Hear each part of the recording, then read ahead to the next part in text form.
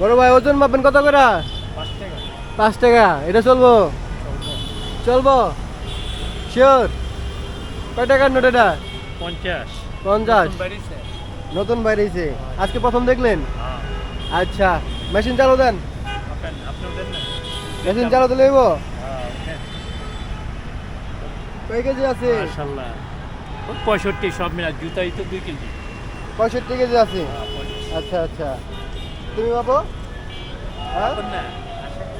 বাবু বাবু উঠে দেখি তুমি। উঠো উঠো সমস্যা নাই উঠো। খাবেন না? মাপো। বই লাগেননি। আমার ওয়াইফ। আপনার বোন? ও, ওয়াইফ। হ্যাঁ জুতো সহ মাপো। হ্যাঁ আচ্ছা